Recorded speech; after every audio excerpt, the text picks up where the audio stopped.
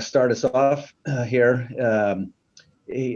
In December, the Press Association commissioned Coda Ventures to do a market research study for us. We've already taken a lot of that data and put it into some of our legislative efforts on public notice readership and overall statewide reach of our print and digital products. The real bulk of the work, the value for us and for all of you is some of the data that comes through on readership and advertising reach. So we've got about an hour here, probably won't go that long, but in essence of time, I'm going to turn this over to the experts. So Marianne Grogan and Craig are from Coda Ventures. They're going to walk you through some of the data that we received, and I'll turn it over to the two of you. So thank you. Many thanks. Thank you, Phil. Can everyone see the slide on their screen? Yeah, looks good here. Well, I'll turn it over to you, Marianne. You can. Great.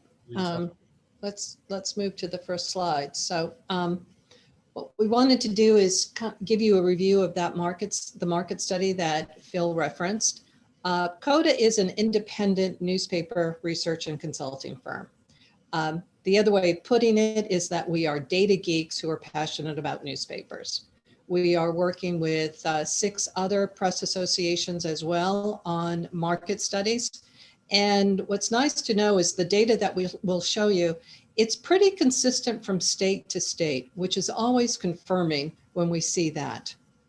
Now, the study was designed to measure media usage and purchase behavior for the adults in North Carolina.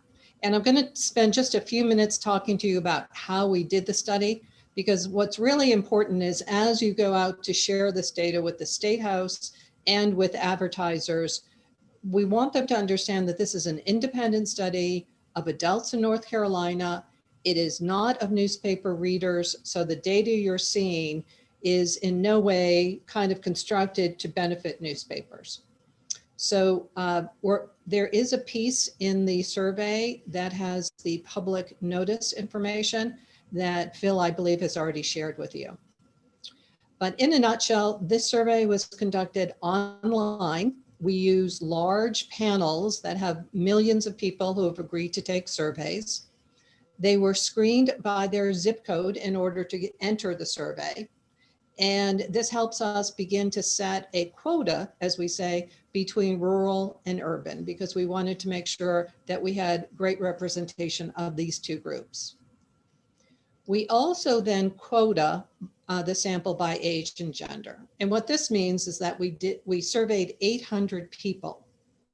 And we know that men 18 to 24 in North Carolina is about 12% of the population. That means 12% of the 800 people that we interviewed had to be men 18 to 24. The reason being we wanted to make sure we had full representation and that these 800 people are a microcosm, if you will, of the state of North Carolina. The other thing is that you'll see here that the study has a margin of error of 3.5%. And you may have seen this in the polling numbers that were published last year. Everybody was talking about the polls plus or minus 5%, and 5% is a good number, very good number. People aim for it. Because we were able to measure as many as 800 people, this is a plus or minus of 3.5%, which means that the percentages that we're showing you could either be 3.5 above or 3.5 below. But it's just another statement to show how rigorous the methodology was and how very stable the data is. So let's move on to the data itself. So what we're going to see here is that what we are seeing is that every month, 6.6 million consumers, adults, read a print or digital newspaper in the past 30 days in the state of North Carolina. It was 79%. We're taking some liberty and saying 8 out of 10. What's interesting also there, as you can see, is that 51% of adults read both a print and digital newspaper. with digital readers being at 71%. And we've been doing a lot of newspaper audience research, and we can tell you that that 71% for digital readers is about 10% higher than we would have seen a year ago. That certainly in the year of 2020 with COVID and the elections, the digital readership numbers are above the print numbers consistently, whether or not we're doing an individual newspaper study or we're doing a statewide study. And this is how it breaks down. So for digital, you can see in the past 30 days, 60% went to a local newspaper website, social media, email newsletter, and mobile. Now the email newsletters are also what is lifting that digital number. We know that, that adults really like and are engaged with the email newsletter, particularly men. Interesting enough, 55% of the email newsletter readers are men. And we know it does a great coverage of the 18 to 34. So it's also another way to, of course, as you're using them, to introduce new potential subscribers to your content.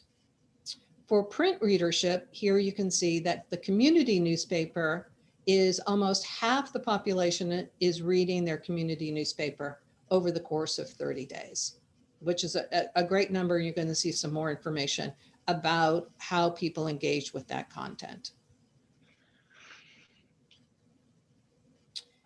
It will come as no surprise that 53% of adults are accessing digital content through a smartphone. So we can also tell you that in conducting this survey, that 50% of the people took the survey using their smartphone as well.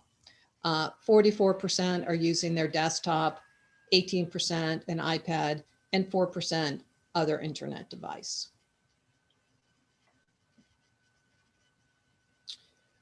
We get a little preachy about this because all the research that we do shows how important newspaper readers are, and we want to dispel the myth that the only people reading newspapers are your grandmother in a rocking chair. There's nothing typical about a newspaper reader. 81% are under the age of 65. And this has to do with all of the great things that newspapers have been doing by expanding the digital, the email newsletters, etc. 52% earn more than $50,000. 64% are homeowners. Again, as 78% are college educated, being that they have attended or graduated or gone on for postgraduate education. 41% of them have children, and 69% live in the community for more than 5 years. So whether you're a politician or whether or not you're an advertiser, this is exactly the community that you want to be speaking with.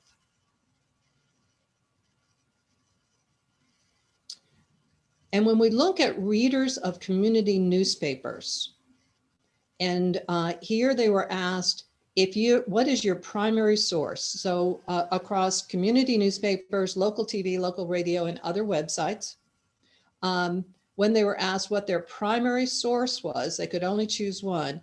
You can see here that community newspapers is the number one in all of these categories.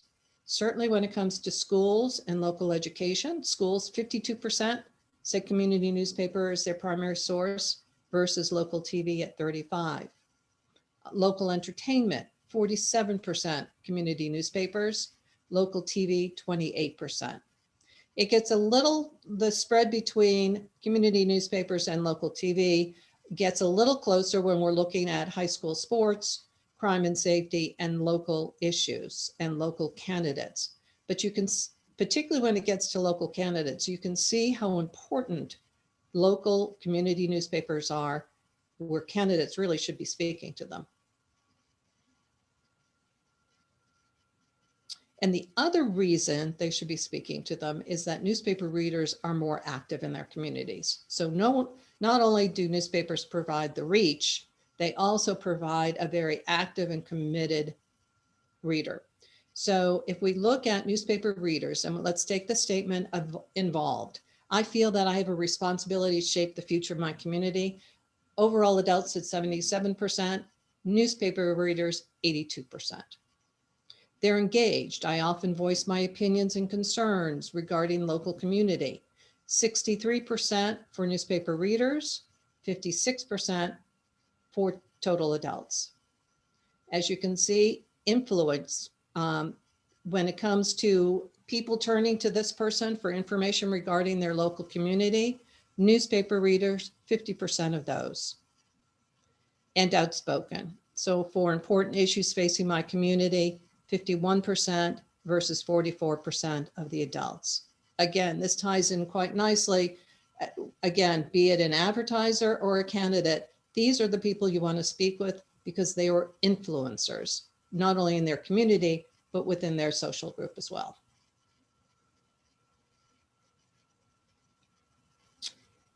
And when asked about if they had contacted their local officials, 40% of the population said that they had reached out in the past 2 years to speak with their local officials about important matters. Newspapers reach 93% of those people. So again, a great way to reach people about any issues that are going on within your local community. And it continues on as far as newspaper readers. It comes as no surprise that they vote more. And they also, not only in the state and national elections, but as well as in the local and school board and county elections. So this is a very engaged group of individuals. Now we want to share with you some information about the advertising. One of our favorite quotes is W.E. Deming, back in the 1950s, made the statement, "In God we trust, all others must bring data." So certainly that was true in the 1950s, and it's even more true today, that you are competing in a world where there's lots of analytics, and we're going to show you about some great data that you'll be able to share with advertisers. So I'm going to turn it over to Craig. Thanks, Marianne. I appreciate that. Marianne Grogan runs our company, Coda Ventures, for those of you who joined on the fly. She's a self-described data geek. She mentioned it in the first part of her presentation. I am not a data geek. I'm more, my name is Craig Besant. I'm more of a sales guy. My background is in ad sales at companies like Tribune and Hearst. So I'm going to talk to you a little bit about how you can use some of the data that Marianne went over, and I'll add some more data too, about how you can use it to actually sell more advertising within your individual markets. So I'm going to walk you down the buying funnel a little bit. I'm going to talk a lot about newspaper reach, and newspaper reach equals awareness, but it's not just awareness. It also spurs a lot of action. So in general, it spurs action, and also by ad category, which we'll talk a little bit about and show you how you can use that information to talk to your individual advertisers. And finally, I'll talk about what that looks like in your local market, how we can take this data, which we presented at the North Carolina level, and take it down and make it custom for your individual market. So we'll get into that. This is always a headline that the individual newspaper press associations and the individual newspapers like to tout.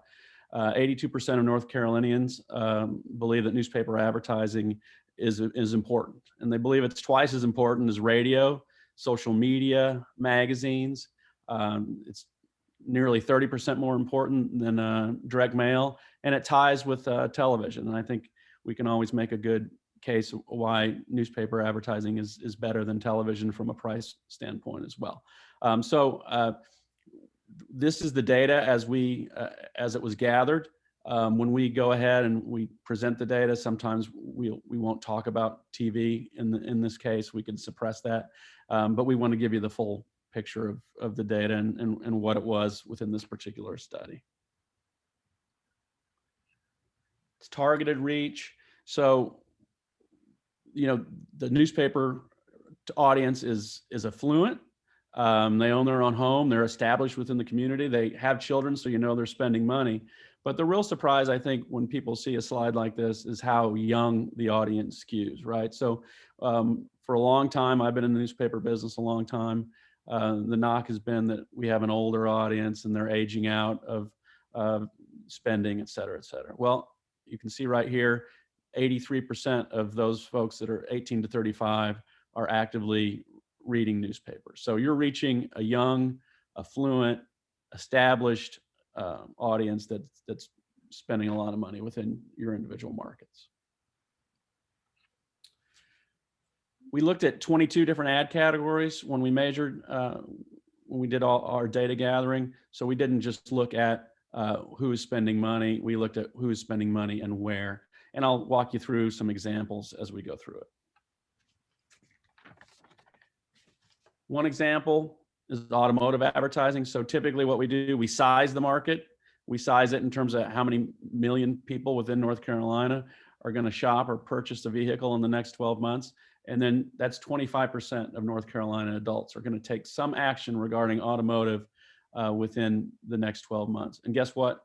91% of those folks read newspapers. So that's an incredible reach, and it's a big audience, incredible reach for newspapers. It's a great story.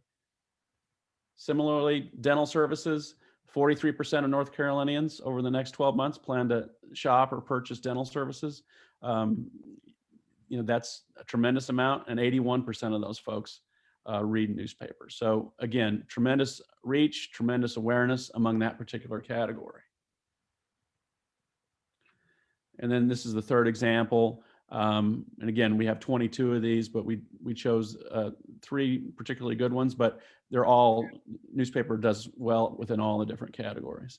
Home services, 23% of North Carolina adults plan to shop for home services in the next 12 months. And again, 92%. So it even beyond that, the reach of awareness of the automotive category, home services is a great category.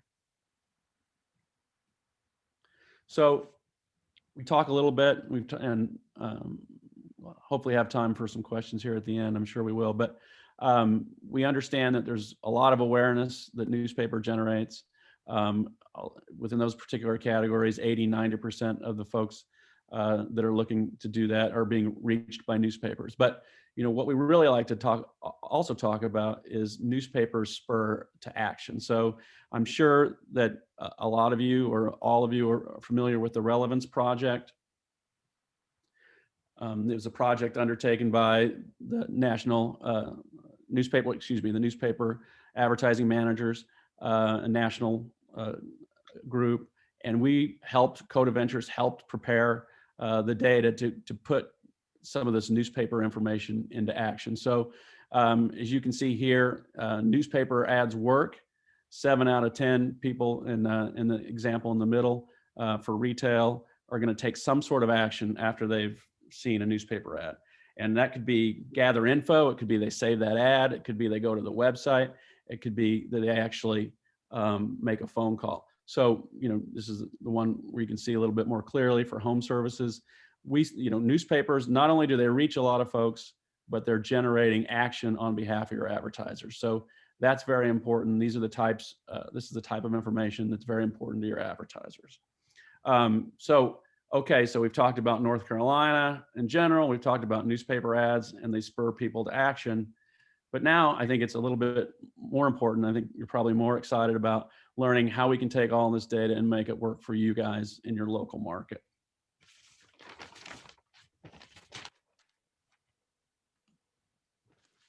So I want to thank Shana Cooper from the Wilson Times. I also want to thank Bill Horner from the Chatham News Record, who helped us with this project. We took the data at the North Carolina level and we distilled it down into a single market.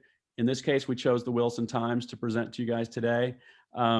We didn't do the Chatham News Record for the presentation. We will give Bill his sales sheets next week, though, and I thank both Bill and Shana for participating in the project. So essentially, what we can do is take the data that we prepared at the North Carolina level and make that more customized to your individual market. So I'm going to present to you what a typical packet would look like, and then talk a little bit about each individual component of the packet, and then we can talk more about that after we're done. So a typical packet would include essentially 7 sheets. The first sheet is the market profile. So we take a look at your market, the zip codes that you serve, and we have to tweak that a little bit. And we're still working on the Wilson Times in terms of making sure that Shana is happy with the total population that she serves. But we'll work with you on that. Look at the market size based on the zip codes, and then we look at the demographic composition. So what we found working with other press associations like Tennessee and Kansas and New Mexico and numerous others is that a lot of newspapers don't have access to this custom level of sales sheets. So, we're excited about being able to provide those to you. This is an example of the market profile page. So as a data geek, let me step in just a second to make sure everyone understands. What we do is that we take, as Craig said, the zip codes that you serve. We go to the census and get the latest census information. So this is census data based on the zip codes.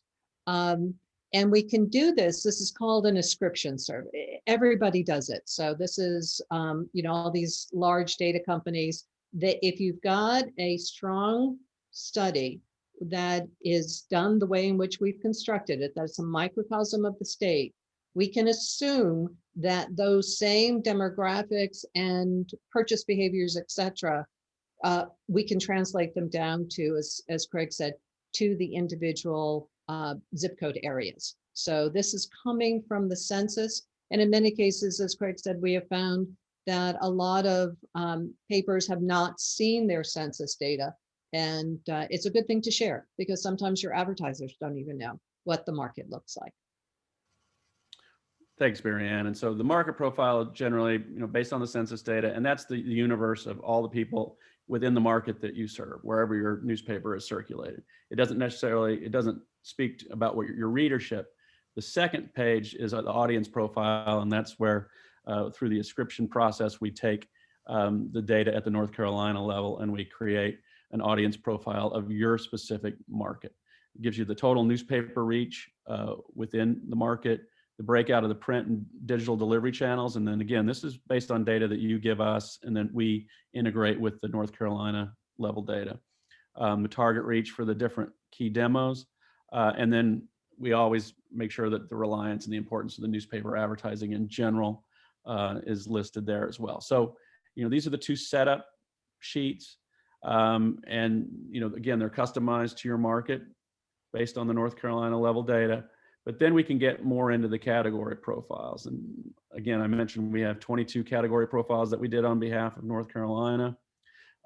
This particular one is banking and financial services. So again, similar to the ones that I showed you at the North Carolina level, we've sized the market within the Wilson Times circulation area. So 35,000 consumers in the market plan to shop for or purchase banking financial services in the next 12 months.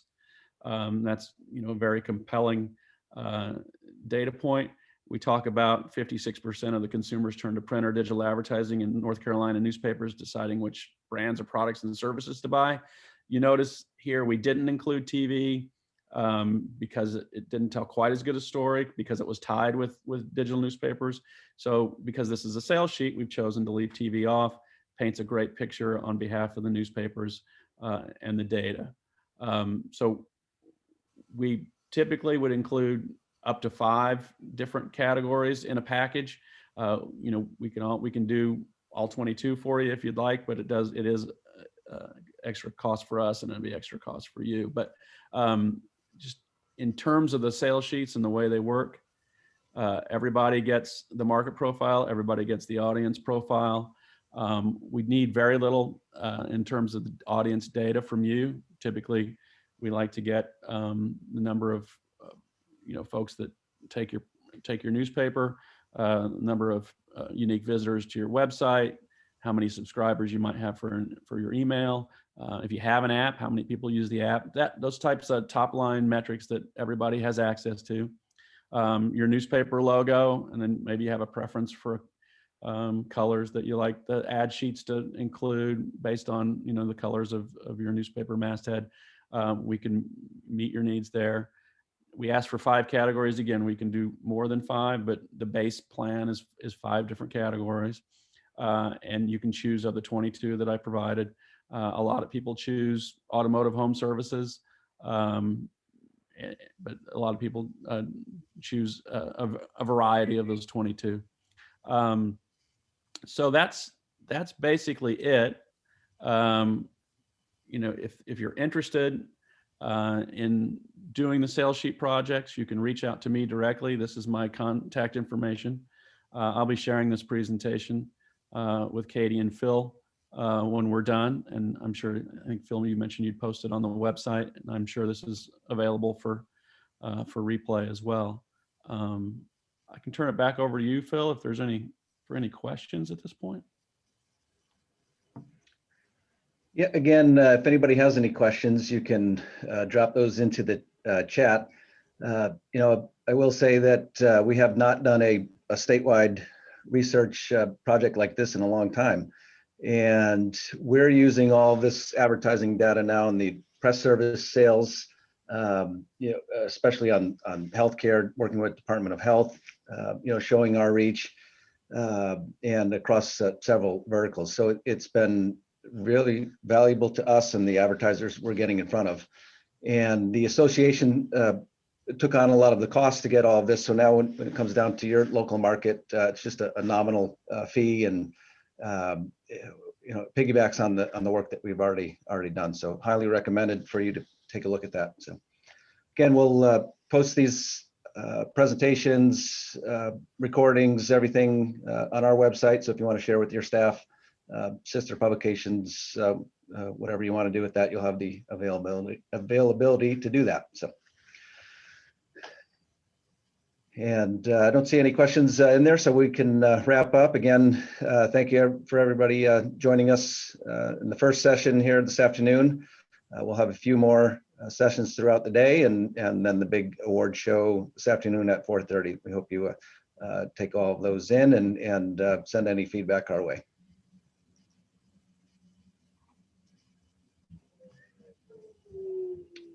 Thanks, everybody, and we'll see you throughout the day. Thank you.